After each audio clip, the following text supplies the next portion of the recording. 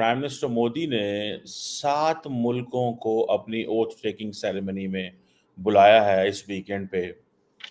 और मजे की बात यह है कि ये तमाम के तमाम ममालिक इंडिया की कहना नेबरहुड चाहेंगे दुनिया भर के बड़े बड़े लीडर आ रहे हैं इस ओथ सेरेमनी में। जी, वो पूरी दुनिया के लीडर्स आ रहे हैं और आना भी चाहिए उन्हें, क्योंकि इंडिया ने अपनी इमेज, सॉफ्ट इमेज दुनिया के सामने बहुत अच्छी बनाई है। उनका अभी G20 का समिट लास्ट ईयर वहाँ पे हुआ है, वो एक अच्छा उनका इमेज बिल्डिंग उससे हो गई है।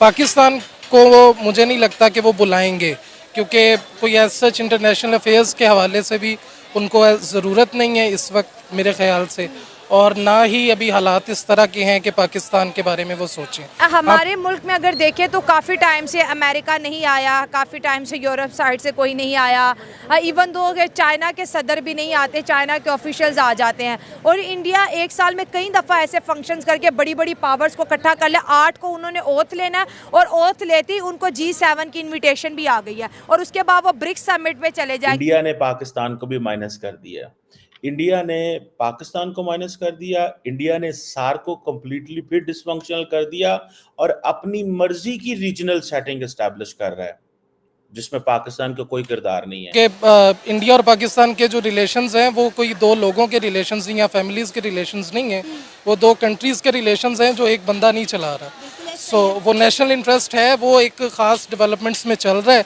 वो उसी के मुताबिक चलेगा, चाहे इमरान खान हो चाहे नवाज शरीफ। बात है आपके दूसरी कंट्रीज़ को इनवाइट करने की। ये देखें, ये आपकी फॉरेन रिलेशंस क्या हैं, आपकी डिप्लोमेसी कितनी सक्सेसफुल है। सही बात है, ठीक क्या है, बात है, आपके हाँ। कितने जो है ना, सिर्फ एशियन नहीं, other side of the world, मतलब European leaders will be coming over here, so this is again an achievement.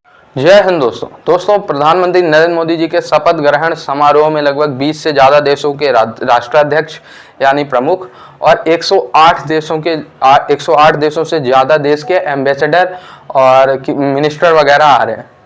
लगभग 200 देशों की उपस्थिति रहेगी, जिसमें से 20 देशों के तो प्रमुख रहेंगे, खास करके भारत के जो नेबरिंग कंट्री है उनके। तो आप इसी से अंदाज़ा लगा सकते हैं कि पूरी दुनिया में खुशी का माहौल। और एक बार फिर से भारत की जो अंतर्राष्ट्रीय पॉलिसी है वो दुनिया के सामने तीसरी टर्म में भी एक हाई लेवल की रहने वाली है। दोस्तों 2014 से पहले जो भारत की फॉरेन पॉलिसी थी, विदेश पॉलिसी थी, वो दबी कुचली हुई थी। अंतर्राष्ट्रीय मंच पे जो मर्जी देश भारत को जो सुना देता था, हम घर में कड़ी निंदा करते थे, बस और नहीं कुछ कर पाते थे। लेकिन आज की जो भारत की विदेश नीति है प्रधानमंत्री नरेंद्र मोदी जी और जयशंकर साहब के नेतृत्व में, आप किसी देश की औकात है भारत को बोल के निकल जाए, तुरंत के तुरंत जयशंकर साहब ऐसा रिप्लाई देते हैं कि पूरी दुनिया में वो रिप्लाई छा जाता है। यूएसए, ऑस्ट्रेलिया, यूके, भिखारिस्तान, पाकिस्तान, चाइना, कोई भी अगर भारत को एक शब्द कह दे, फिर जयशंकर साहब ऐसा रिप्लाई देते हैं कि ग्लोबल हेडलाइन हो जाता है।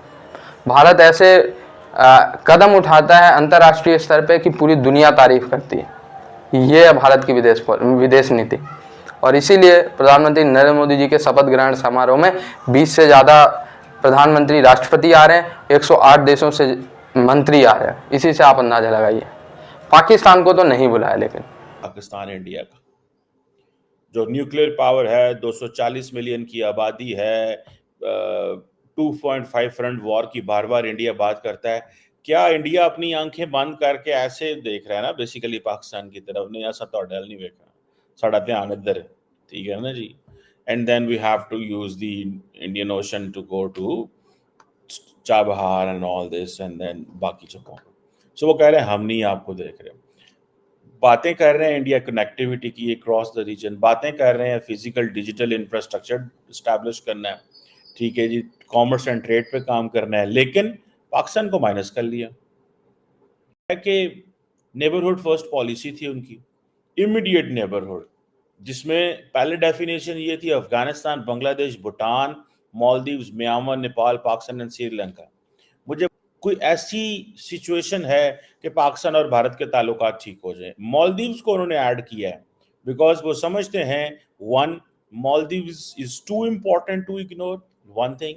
सेकेंडली वो समझते हैं कि शायद मालदीव्स की जो गलतियां वो भी इतनी बड़ी नहीं है, इनको अपने साथ में ला लो।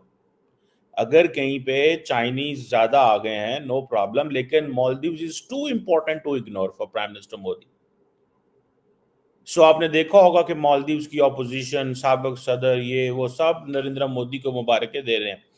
Very small country but very relevant for India in Indian Ocean. So ये ज़हन में रखें, ये बहुत ज़बरदस्त उन्होंने गेम खेली है कि ये सारी जो इंडियन ओशन के ममालिक हैं, अब नेपाल तो नहीं आता ना उसमें, भूटान तो नहीं आता, चले बांग्लादेश ठीक है इंडियन ओशन में है, श्रीलंका है, मालदीव्स है, मॉरिशस है, सेशल्स है, लेकिन उन्होंने साथ ये सेटिंग भी इंगेज कर ली। सो यही सारे सार के ममालिक थे, एक आधा उन्होंने माइनस किया, एक आधा डाल लिया, और उन्होंने सोचा कि हमेशा हमेशा के लिए पाकिस्तान को आप साइड पे कर दो। जैसे बांग्लादेश आ रहा है ओथ सेरेमनी में, नेपाल आ रहा है, भूटान आ रहा है, बड़े बड़े कंट्रीज़ तो आ ही रही हैं, जो पड़ोसी हैं वो भी आ रहे हैं, लेकिन सर पाकिस्तान कहीं ना कहीं मिसिंग दिखता है। इंडिया के हर फंक्शन के अंदर पाकिस्तान मिसिंग है, और सेम लाइक हमारे फंक्शंस में भी वो मिसिंग है। तो इतनी बड़ी फिलिंग द ब्लैंक को कैसे पुर किया जाए? इसमें देखें, बड़ा इम्पोर्टेंट क्वेश्चन आपने ये किया है। मेरी नज़र में आवाम के अंदर कोई इस तरह का नहीं है इख्तलाफ। ठीक है, ये मतलब जैसे मैंने आंखें खोली, हमारे से पहले उन्हें खोली, सेकंड जनरेशन के जो इतने टाइम हुआ है, तो हमने सुनते हैं कि वो हमारे दुश्मन है, इसी तरह से वहाँ के लोग भी।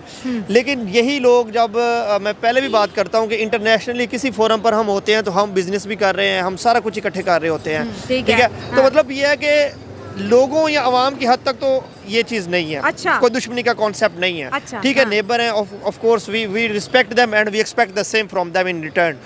तो दूसरी बात आती है आपकी गवर्नमेंट लेवल। गवर्नमेंट लेवल पर हमारे यहाँ मेजर प्रॉब्लम ये है कि हमें जो हमारा कॉन्फ्लिक्ट है ना, वो basically that is being capitalised by the third force. जो यूरोपियंस हैं, जो अमेरिकन्स हैं, या जो इंटरनेशनल स्टेक होल्डर्स हैं इस खित्ते के अंदर, वो हमारे कॉन्फ्लिक्ट को रिजॉल्व होने ही नहीं देते। क्यों? कि उनके अपने वेस्टर्न इंटरेस्ट है इसके अंदर, मतलब एमोल्यूशन की बाइंग है, स्मगलिंग है, उसके अलावा असला की है, सारी चीज़ें। आज हमारा कश्मीर का मसला हल हो जाए, इंडियन बजट का एक मेजर पार्ट जो असला के लिए वो इन्वेस्ट करते हैं वो ख़त्म हो जाएगा, और इसी तरह से हमारा ख़त्म हो जाएगा। 140 करोड़ पे हुकूमत करना वाकई बहुत बड़ी बात है। जिस तरह उन्होंने कहा कि बड़ी बड़ी पावर्स हम देखते हैं कि इंडिया के हर खुशी में आती है। इंडिया की आप देख लें कि वो अगर वो गुजरात के छोटी सी स्टेट का अगर बजट क्यों ना हो, तो जी जो है गल्फ़ कंट्री के जो है हेड ऑफ स्टेट आ जाते हैं। तो ये इंडिया की सॉफ्ट पावर है।